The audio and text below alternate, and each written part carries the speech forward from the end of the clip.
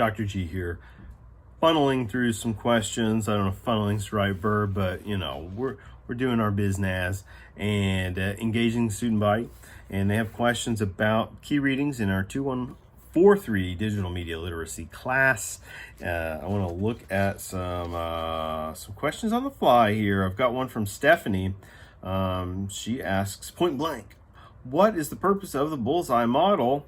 From page 36. Now I looked at my fourth edition and it's 46. So for those that may toggling between two editions, check that out. But really the bullseye model, and I'll pull up the visual for us, right? This is that basic, it's a precursor to the communication model, yeah? The basic sender message receiver model, meaning sender sends a message to a receiver, bing, bang, boom. And so get it, bullseye, intended audience.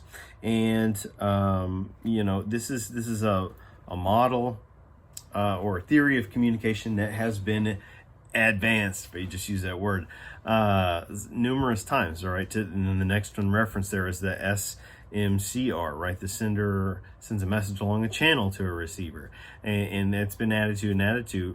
We discussed this even in public speaking and so on, because there's a simultaneous exchange of sending and receiving that goes on. There's the potential for interference or noise that takes place, and also Stuart Hall, the notable critical theorist, wrote about his classic essay that his most famous short work is entitled Encoding and Decoding. And the significant takeaway there is that in the process of either encoding or decoding, there's all of these sub-processes that can occur, right? Differences between this is how confusion takes place. It's a stronger explanation. So bullseye is just giving us a starting point, right? To have a conversation about theory and understanding how messages create meaning. That's a communication fundamental. Rachel has a couple of comments here we'll jump to. The book specifically targets using the right grammar in writing. How does this compare to when it comes to spoken laws of language?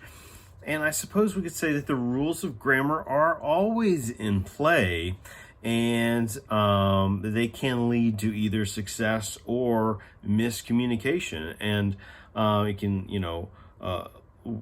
our goal is to have successful communication of an idea of our message, but there can be confusion or interruption, and that's a nice tie into just now talking about the communication model and how interference or noise can occur.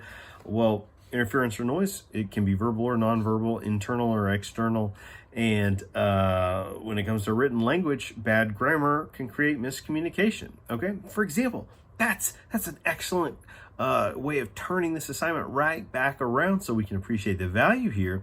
Our goal is to get better every week with discussion questions, more accurate in our clarity, purpose, the information that we provide, and ultimately to create a dialogue.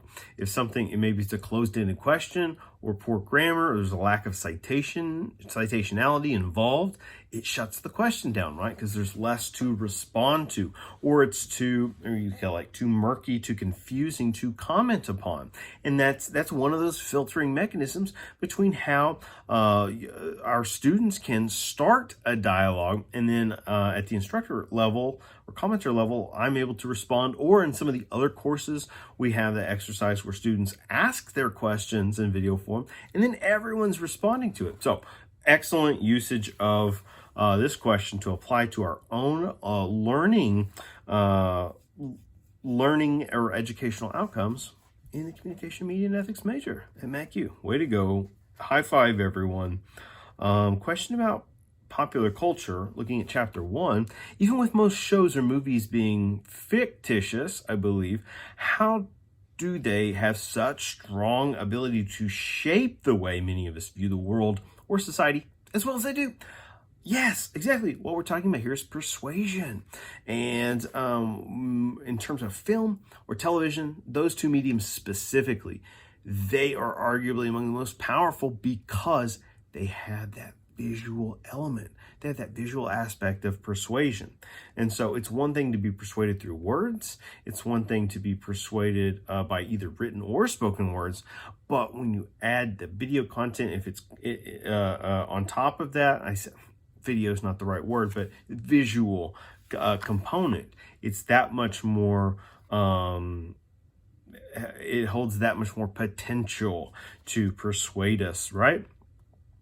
Let's see. The next question asks, with agenda setting being such a phenomenon today, in which technically, agenda setting theory in practice is definitely not contemporary. It's been around, but it continues. How do we know what to believe and what not to believe? All right, so agenda setting. Let me say this, because here's how I wanted to respond to this question in the interest of, kind of giving us food for thought.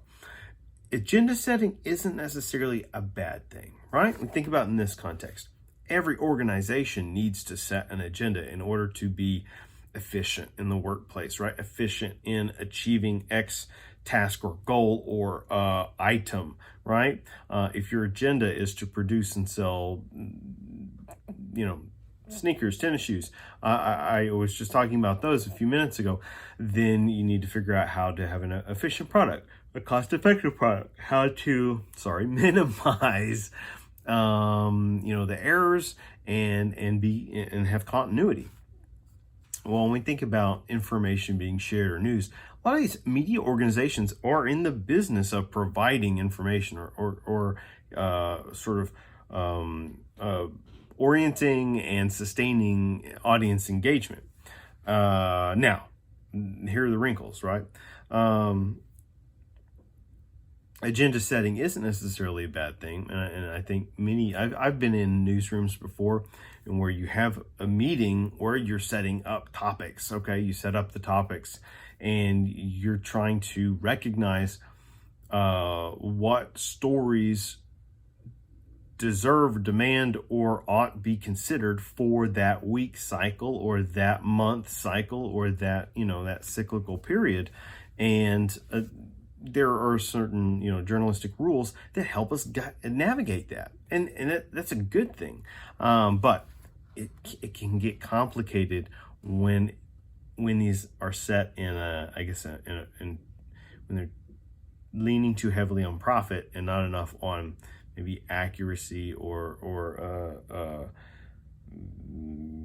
integrity, any sort of ethical values. When the ethics have been scraped away, that's when it can become problematic.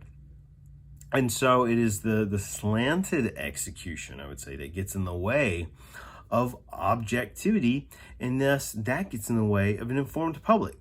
Because instead of an informed public we trust then to make their own rules and decide, you have public only being fed takes, skewed takes, and now they're being influenced by emotion instead of maybe like information, and it leads to that just leads to inaccuracies in varying ways. All right, let's look at some info from May here.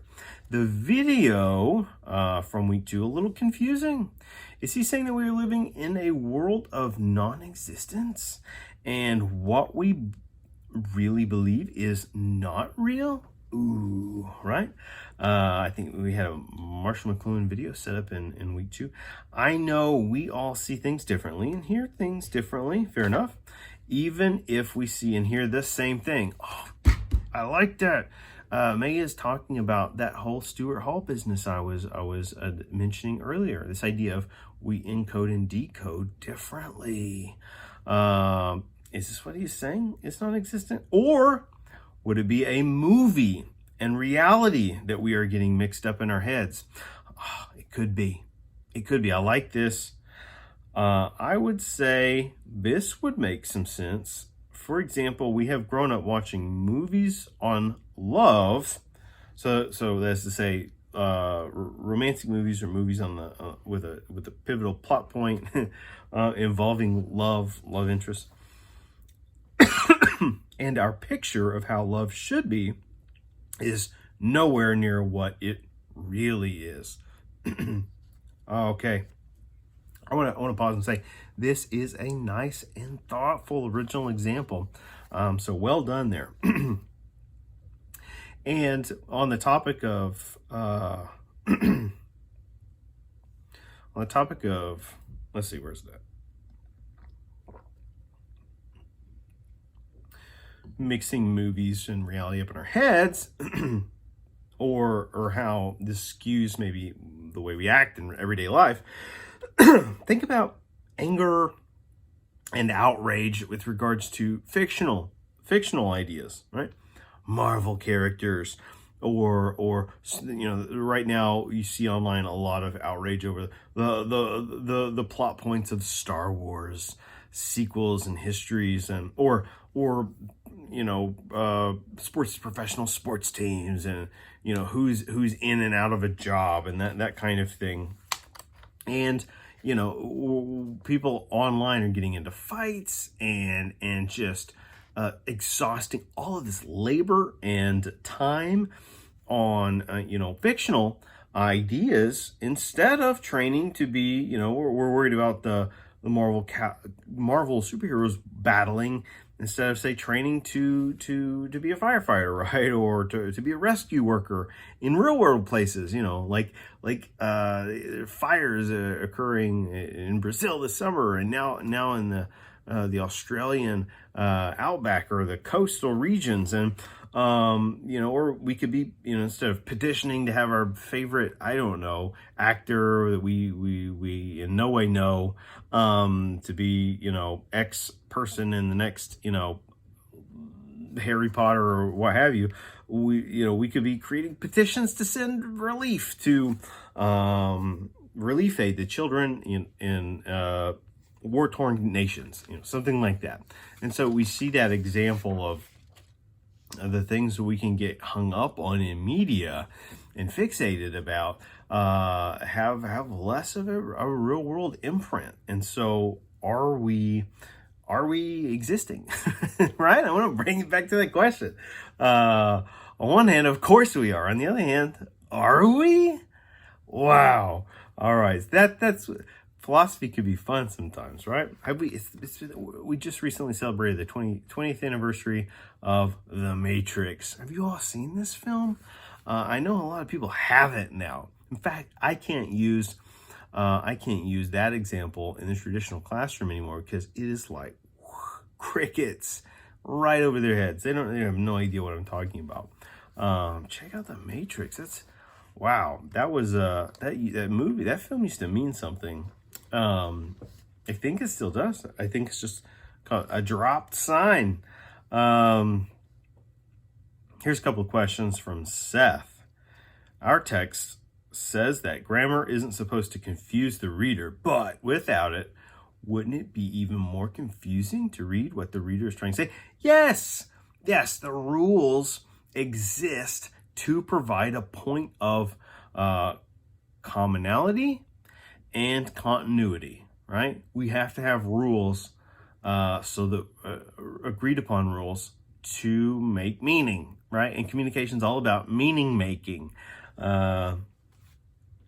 Are nouns the most important building blocks of a sentence? Arguably. The noun is the subject, yes. So we need that subject. Without a concrete noun, information easily gets confused, right? It can be shut down. Do we let pop culture determine how we think? I want to redirect that by saying, do we let pop culture determine how we think? Similarly, do we sometimes get pop culture and real life mixed up? To which I would redirect, do we sometimes get popular culture and real life mixed up? Perhaps that came a little bit late, because I just answered that question. I'm talking about the things a lot of thousands and thousands of people spend their time online doing, right? Arguing over, the gender of a Jedi or something like that. Does the media, that's, first, the argument of fallacy, first of all, there's no such thing as the media.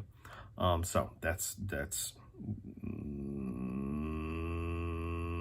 but I'm going to answer it anyway. I shouldn't, but I will. Does the media, quote unquote, want us to get this mixed up? Mixed up, or this meaning popular culture in real life. I would start by saying, yes, it can be big business to get the public focused on your product instead of like any other thing. The goal of business is to make money, is for profit. We're seeing business at its most ruthless, aggressive behaviors all time right now. Stock market couldn't be higher. And our obsessions with entertainment couldn't be more. And why is that? And what's going on there? And what's drawing us to these things? And who's benefiting from it? But the media, again, no such thing. So there's an irony there, right? Both sides say yes. Britain. Oh, let's say break. Let me cut in, and I could explain it, but I don't need to. It helps with the rendering times, We'll come back. We'll finish up discussion here, and yeah, we'll be good.